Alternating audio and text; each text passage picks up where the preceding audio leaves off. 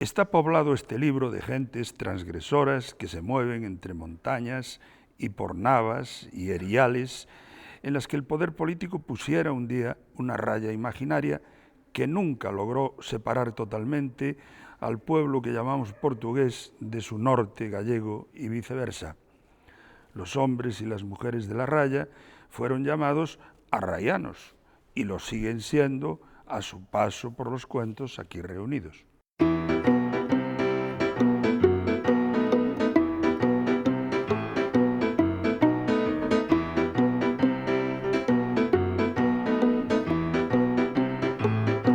José Luis Méndez Ferrín nació en Ourense en 1938.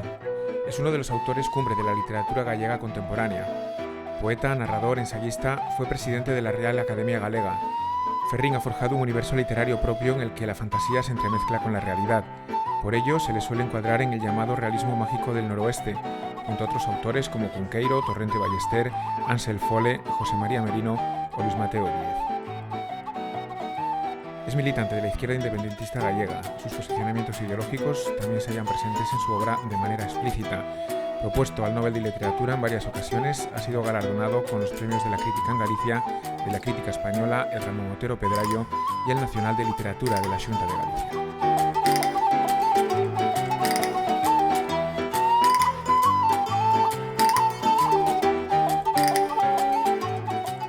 Yo podía haber sido escritor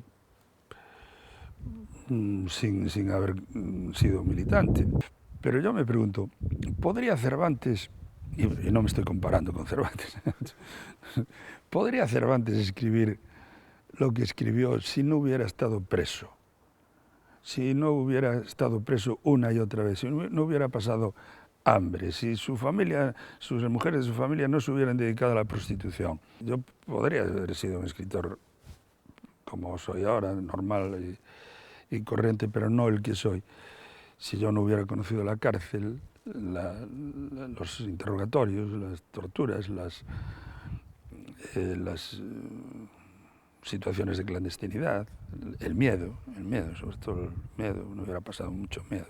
Una buena parte de mi literatura no tiene nada que ver con la política, aparentemente no tiene nada que ver, después al final todo tiene que ver con la política. Yo estuve muy en desacuerdo con el programa del Partido Comunista de España, el programa de compromiso realista.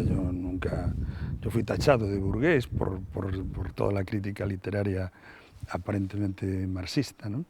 Yo sostuve siempre, y como algunas otras personas, que todas las vanguardias y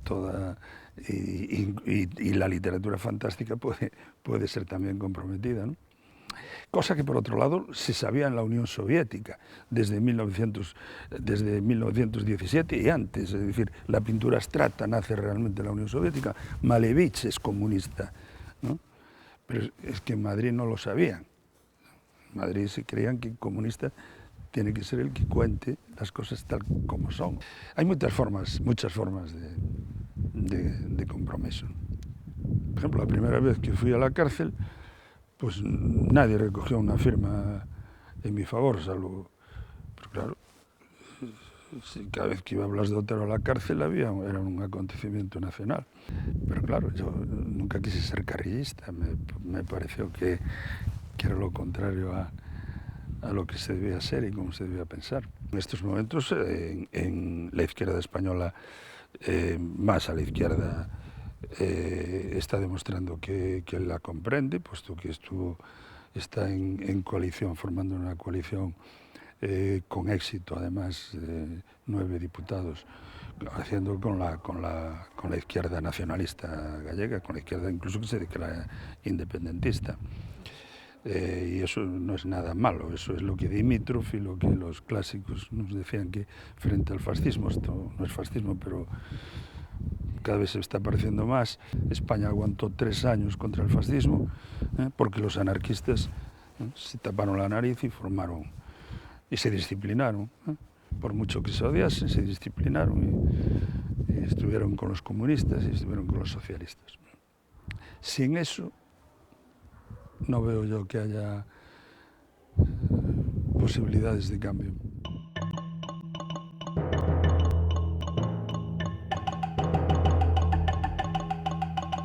Bueno, estamos en un lugar mágico, aquí un altar prehistórico, un lugar de culto prehistórico. Este convento fue ocupado por el pueblo y aquí están los juzgados, está la policía municipal, está el ayuntamiento y estamos nosotros, ¿no? No tuvimos que pedir permiso a nadie para entrar, ya el clero fue expulsado, felizmente. Y esto es Celanova, ¿no? Se llama Celanova. La raya esta que tenemos aquí en la frontera entre Portugal y el Estado español es la más antigua de Europa. Como este mundo estaba perdido, los portugueses no sabían dónde estaba y los españoles felizmente tampoco. Resulta que la frontera pasaba por el medio de pueblos. Hubo pueblos que tenían la frontera pues atravesada por la cuadra de las vacas y después seguía ciertamente por el medio de fincas de cultivo. Y estos eran llamados pueblos promiscuos. La frontera condiciona a las personas y crea un espíritu de transgresión, de rebeldía. En la difusa frontera entre la Galicia interior y el norte de Portugal puede ocurrir cualquier cosa. Quienes habitan a un lado y a otro de la raya viven bajo el influjo de la caprichosa niebla que trastorna personas y animales cuando se extiende. Territorio de meigas, de poseídas y aparecidos, los protagonistas de este libro, los arrayanos, desgastan los milenarios caminos empedrados que recorrieron durante siglos contrabandistas, fugitivos y los ejércitos de España y Portugal en su disputa por un territorio que no tiene más dueño que los megalitos grabados por los antiguos. Arrayanos es un volumen de 10 relatos ambientados en la raya en diferentes épocas, desde la primera de las guerras carlistas hasta el franquismo. Un clásico moderno galardonado con el Premio de la Crítica en Galicia, el Premio de Crítica Española y el Premio Losada Dieguez. Bueno, del realismo mágico del noroeste se habla, sí, y no me desagrada que me incluyan a mí en ello. Hay gente tan seria, tan importante como Álvaro Cunqueiro, o como José María Merino, y como los escritores leoneses, algunos escritores leoneses excelentes, ¿no? Y gallegos en lengua castellana, como puede ser Torrente Ballester. Para mí es un honor. Señor tío, en los últimos días ha cambiado el tiempo de extremadamente frío y húmedo y suave, con una lluvia fina y constante que, por momentos, es apenas llovizna o bruma sutil. Todo está gris y mojado, y ocurrió que Obdulia, la del cuerpo abierto, se ha levantado de pronto de la cama, ha empezado a recorrer. Ese Lobos Andaus es un lugar, tal como yo lo imaginé, pues como sería un ayuntamiento rural, con sede municipal y con médico y bueno, naturalmente con cura, a principios del siglo XX. Y entonces yo ahí situé un mito que es el mito de los corpos abertos. Existe en varios lugares de Europa, pero desde luego en Galicia y en el norte de Portugal nuestro está muy vivo. Corpos abertos pues consiste en que yo te mato a ti, pero tú no te mueres, y tú ocupas el cuerpo tuyo, ocupas el cuerpo de otra persona, y la dominas. Entonces esa otra persona tiene su cuerpo, pero tiene el espíritu es el tuyo. Y entonces es la historia de una migración de cuerpo en cuerpo de una persona. Entonces yo, Adosinda, vi. Domingo, cantaban todas las aves del mundo en la enramada florida, cada una en su cuerda y todas en el latín que no se aprende. Chapín labrado, de un belmez rojo cubría mi pie, al modo en que solían calzar madre y todas las dueñas de la casa. Adosinda, la protagonista, existió y estaba aquí, donde estamos nosotros ahora. Ella era la hermana de de San Rosendo, ¿no? Y está enterrada en Vilanova dos Infantes, a 2 kilómetros de aquí. Se perdió su pista, pero sí está en la historia, personaje histórico. En realidad es un cuento del género apocalíptico. Está basado en, aparentemente surrealista, pero en realidad es un surrealismo simbólico, como el Apocalipsis, ¿no? Y en parte el libro de Daniel. Pero claro, mis símbolos son absolutamente hueros, no contienen ningún tipo de significado, ni de mensaje, son puramente caprichosos. Gritaban palabras que se enroscaban y se disparaban en espiral, como hacen las serpientes majá para atacar al individuo humano. Abrían los brazos e imitaban el volar en esquina del murciélago, o quizás el de esa culebra con alas que va por el aire a morir a tierras de Babilonia. Nosotros teníamos miedo, pero nos reíamos de ellas, a carcajadas. Las llamábamos merdosas, montón de estiércol. Ellas nos insultaban con maldiciones y abrían las piernas y levantaban las... A mí se me ocurrió, cuando escribí todos estos relatos, se me ocurrió algo, es decir, introducir dentro de los cuentos, introducir algunos elementos de la cultura mágica tradicional, de la realmente existente, Y entonces, los corpos abertos fue uno de esos casos. Otro es las meigas, la brujería, porque me di cuenta de que la literatura gallega tiene muy poca presencia, esos mitos populares, muy poca presencia. Es decir, es una literatura de la que se dice con frecuencia, que es una literatura donde lo rural tiene mucha fuerza, mucha presencia, pero en cambio la cultura realmente rural no está tan presente, ¿no? Entonces se me ocurrió pues hacer un cuento de brujas. En realidad eso le pasó a mi padre, me lo contó mi padre, algo parecido, que iba con un amigo de él que era criado en un pueblo que está aquí, muy cerca de donde estamos nosotros ahora, que se llama Xixín. Él era amigo de un criado joven de que trabajaba en una finca. Y le quitaron el caballo, bueno, mi padre llevaba el suyo y el otro le pidió prestar el caballo al amo o se lo quitó. Y se fueron a ver unas mozas y que al final se rieron de ellas, no las trataron bien y ellos al final se perdieron en la noche. Empezaron a dar vueltas con los caballos, en la niebla, en el bosque, hasta el amanecer. Y al amanecer estaban a la puerta de las muchachas, que vivían solas. Y eso me lo contó mi padre como algo que le ocurrió.